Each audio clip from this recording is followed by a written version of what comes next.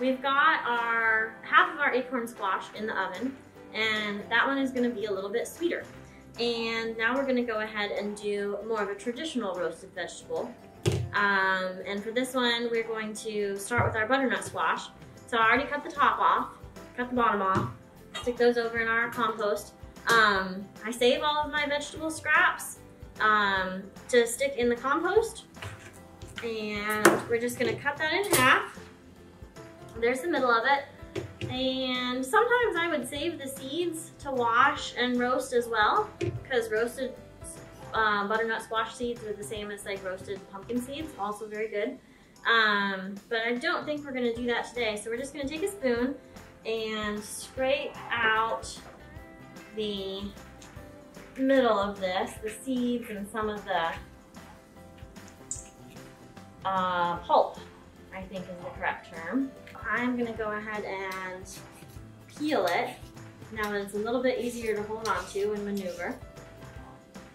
When you're peeling something, you want to make sure to peel away from you. Now we're going to chop it in about 1-inch pieces.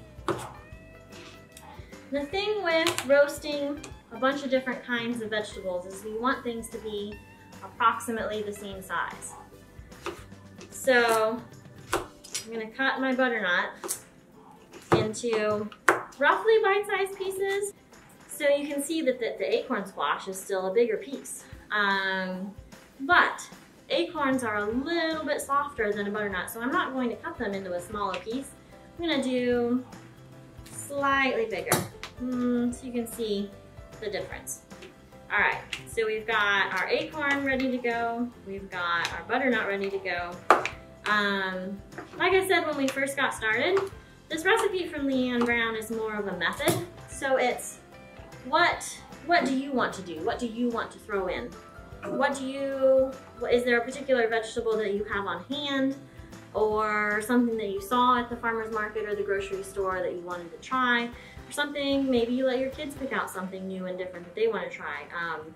Root vegetables that are around in the fall, carrots, parsnips, turnips, all kinds of really interesting things. Many of them in nice deep colors like the butternut squash. The deep colors indicate a high concentration of vitamin A, which is really good for your immune system, which you need more of in the winter months. So that's why a lot of your late fall and winter vegetables, like your greens as well, all have those nice deep rich colors. So we've got our 2 squashes, and I'm gonna also do a potato. We'll go ahead and get it peeled here. Potatoes can be a little bit tricky because they're not necessarily a flat vegetable. So it can be nice to cut off one piece so that you have a nice flat surface to rest it on.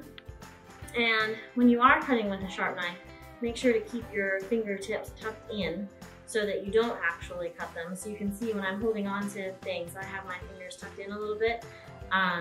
So the knife is going to hit my knuckles before the edge of the knife will hit my knuckles before it actually cuts off one of my fingers. So again, we're going for things that are about the same size. So I'm going to do a rough chop. So you can see my acorns are still a little bit bigger. My potatoes are about the same size as my butternut. And those are going to be ready to go. Let's see. I also have an onion. An onion is a much softer fleshed vegetable. So I'm going to start the rest of my vegetables before I put the onion in, because again, it will roast a lot quicker. And then we've also got our carrot pieces that we cut earlier. So I'll go ahead and get those ready. Now again, I've got olive oil. I also really like to use an infused garlic oil. So this is olive oil with garlic and herbs. It was, where did I find it at? I think I got it at Publix, and it's a little pricier than just a regular olive oil, but the flavor that's in it is really, really good. So we're gonna put about a tablespoon for this size of pan, and we've got about 2 cups of vegetables. So this would be enough for 2 people, maybe 3, because we're going to add our onion later. But when you're doing roasted vegetables, you want to figure between 3/4 and a cup of vegetables per person. So we're gonna go ahead and throw these in. If you're cooking with your kids at home, a really fun way to do this next thing is to put all of your chopped pieces in a bowl and then drizzle the olive oil on top of them and let them make sure that everything is coated. Add a little bit of salt and pepper. But I'm just gonna do it here in the pan. We're just gonna swish everything around so that it's got a nice even coating of the oil. There we go. And add a little bit of salt. If I can get it open, there we go. And swish it around again just for good measure. And this is ready to go in the oven. And we're going to roast this at 400. Since these, again, they're a little bit of a harder fleshed vegetable, these are going to take at least 30 minutes. So we just pulled our roasted vegetables out of the oven. They baked at 400 for about 30 minutes.